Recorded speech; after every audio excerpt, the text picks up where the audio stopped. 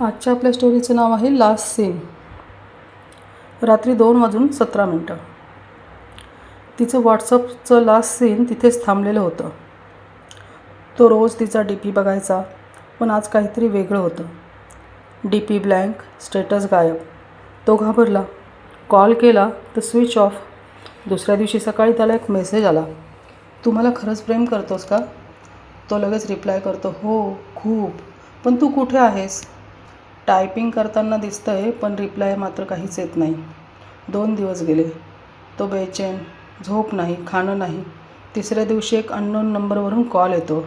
तो उचलतो आणि आवाज येतो, जर खरंच प्रेम करत असशील तर मला विसरून जा. Call cut. तो तिथेच थांबला, डोळ्यात पाणी. आणि अचानक त्याच्या फोनवर notification, last seen today at 2:17. ती खरंच गेली होती की अजूनही त्याच्याकडे बघत होती?